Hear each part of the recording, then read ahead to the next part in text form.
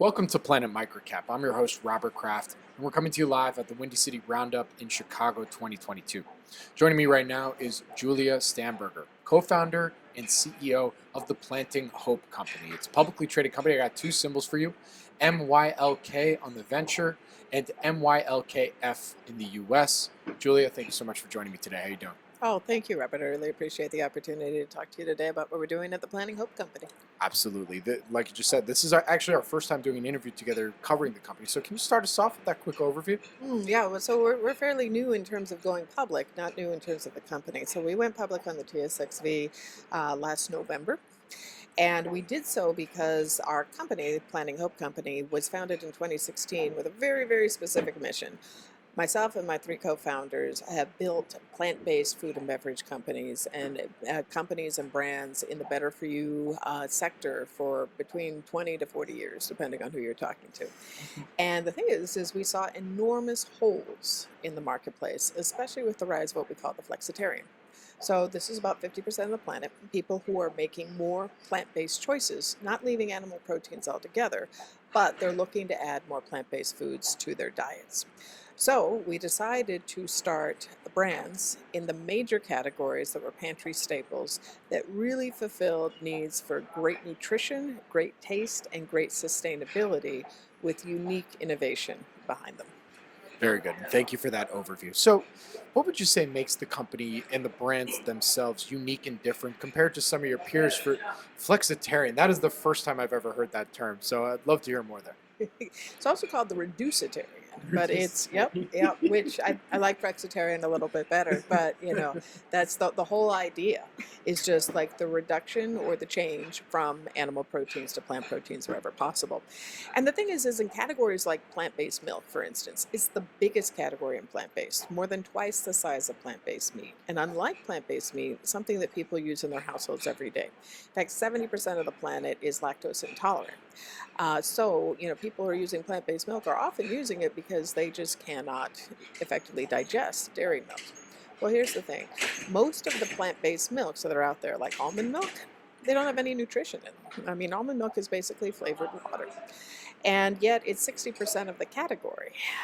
So we said, why don't we create a plant-based milk that has equivalent nutrition to dairy milk, but here's the key, also is extremely sustainable. And we've all heard that almonds take a lot of water to grow and things.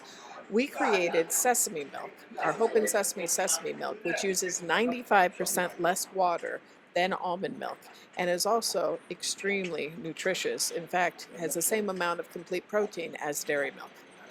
So that's one example of the 4 brands that we have in our portfolio.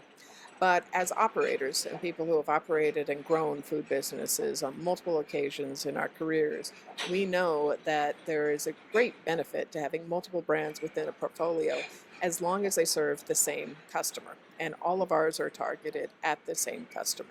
Yeah, it's probably me. I'm one of those that in our family, we very much pay attention to the ingredients. And part of the reason that we actually didn't go to some of the protein replacement type stuff, like, I won't name the names on here, but it's because the ingredient list was just ridiculous. Like, it was just way too many ingredients, and that has always been a red flag to us. It's like, all right, I'm not going to buy that because there must be something there that's probably not good in order to make sure that there's flavor or whatever it is. So how do you, that's something that's come up quite a bit when you talk to folks that want to find that replacement or something like that. So how is the company attacking those types of concerns?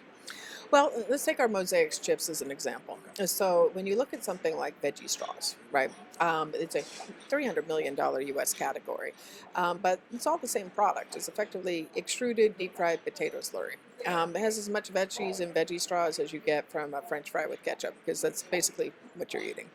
Lots of ingredients in that deck, and no nutrition. It's not a better-for-you snack.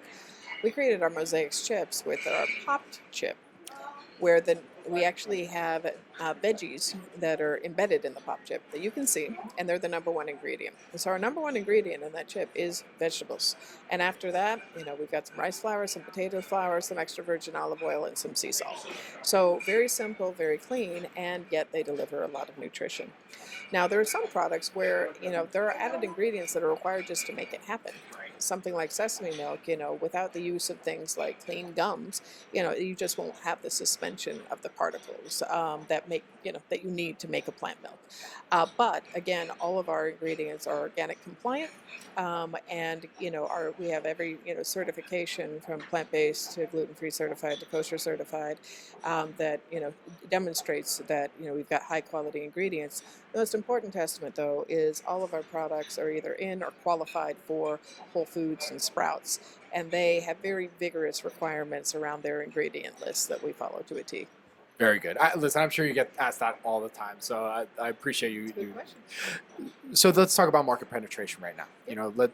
I think you mentioned that you have 4 brands under the Planting Hope Company Yep. umbrella. So let's talk a little bit about that. Yeah, so 3 of them we created in-house. So Hope and Sesame milk, our Mosaics Real Veggie Chips, our Vegicopia line of effectively, these are portable ways to take veggies anywhere. And so we perfected the technology around shelf-stable dip cups, for instance. You can take hummus, anywhere you want, 24-month shelf life, no refrigeration required.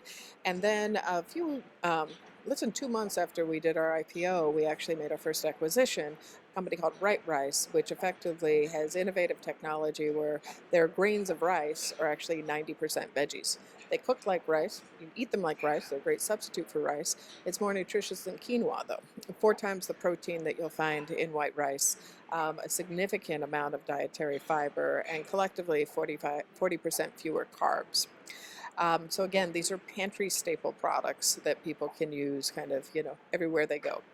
That product line had a couple of years of development, and then our other product lines we were, effectively had perfected, and with the IPO, started rolling them out very aggressively into retail, where these retailers have proven demand.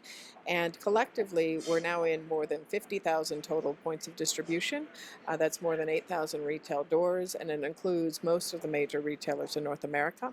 We also, after we went public in the Canadian market, in Q1, we met with major retailers and said, are you interested in these products? In Q2, we made the announcement that we're producing products that are Canadian compliant and dual language. Q3, we started producing those products, and in the next quarter, we'll have a lot of announcements about major retailers in Canada that are taking them on. Very good. All right. 2 more questions for you. You alluded at the very beginning your background. The company was founded in 2016, and you come from food industry. Can you tell us a little bit more about your background? Yeah, no, I'd be happy to. So what got me into the food industry was actually I was brought into United Airlines as an entrepreneur in residence / venture capitalist in the early 2000s when they were in bankruptcy. And one of the challenges that I had was creating new ways to make money on board and to solve operational issues. Long story short, I developed the shelf-stable meal box program, pioneered that at United, and then went and launched it on all of the other airlines. So those shelf-stable snack boxes you get on airlines, I created those. Now the challenge there was if it was shelf-stable, that meant that it could stay on board for a long time, as opposed to the fresh meals for sale, which you had the better part of a day before you had to throw out the waste. It was very hard from an economic standpoint.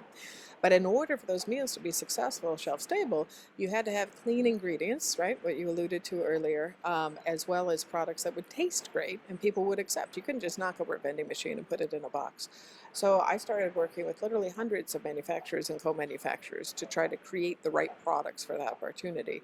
And eventually I scaled a spin-off business that did that for retail and all the rest. So my background is in bringing new brands to market or developing new products that fit this very, very specific schema of clean label, simple ingredients, but long shelf lives that are achieved through ingredient innovation, processing innovation, or packaging technology.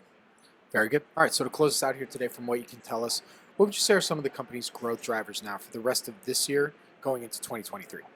Well, this year, we've got the Canadian launch, which is coming up, and we're very excited about that. The nice part about Canada is that there are just a few retailers allow you to blanket, the full country, where the U.S. is much larger. Everything's very regionalized, and it takes longer to do so. We're excited about that.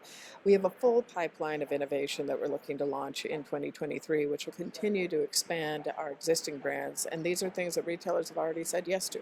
We're just waiting for the right time to do that launch. But we're also focused on a channel strategy where we're going further into food service. And here's why food service is important.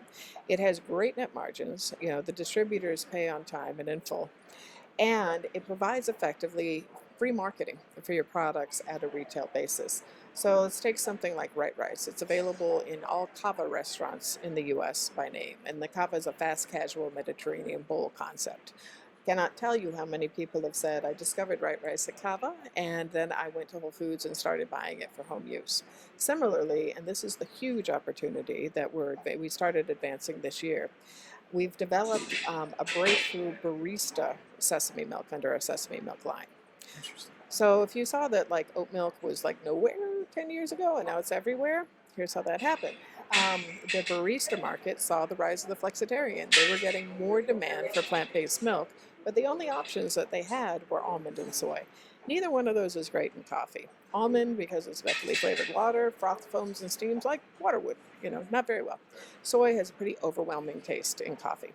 When oat milk came along, Oatly had 20 years of development in making a great oat milk, and it frothed, foamed, and steamed. It did very well and complemented coffee. So, independent cafes took it on and recommended it to their customers. Customers started, drinking it, and then went to their grocery stores and said, "I want to buy oat milk for use at home." Retailer said, "I guess we need oat milk then." However, Oatly had some problems fulfilling the rapid demand. It took more than 3 years for a strong competitor to get a great oat milk into the market. In the meantime, folks like Quaker tried and failed. It's not easy to create a great plant-based milk. With sesame milk, it's taken us 5 years of research and development and 7 figures in investment to get it there. But we have an absolute breakthrough product that's won a lot of awards. And what it does is it froth, foams, and steams and uses, 95% less water in its creation than things like almond milk and a substantial amount less than oat milk, which we're seeing as a very strong interest through independent cafes. So we're rolling out our sesame milk to independent cafes nationwide in the US and in Canada. The market is huge. It's about $2 billion. Independent cafes, plant-based milk usage alone. Half of the cafes in the U.S. are independent. That's more than 30,000 cafes. And we've already rounded up distribution to cover at least half of the U.S. By the end of this year, we'll have independent distributors that cover more than 75% of the market in the U.S. and more than 75% in Canada. So here's what we expect. In a few years from now, first, Planting Hope Company will have uplisted to the NASDAQ. That's part of our plan. And secondly, when you go into any cafe, you'll be offered 2 choices. Would you like oat milk in your coffee, or would you like sesame milk in your coffee? We're already seeing cafes that are taking on sesame milk getting rid of almond milk because they've been waiting for a good excuse, and we're providing that. So that's what you'll see in the coming years. Look for sesame milk to be happening at a cafe near you. Very good. Well, with that, where can our audience go and find more information on the Planting Hope Company? We have quite a bit of information on our website, which is plantinghopecompany.com. That includes corporate presentations, product information, all of our news release and press. You'll see that we do quite a few press releases because we have a lot of material news to share, particularly about new distribution, additional expansion, and other opportunities. Well, Julia, thank you so much for joining me today. Really do appreciate it. And I look forward to our next update. Same here. Thank you, Robert.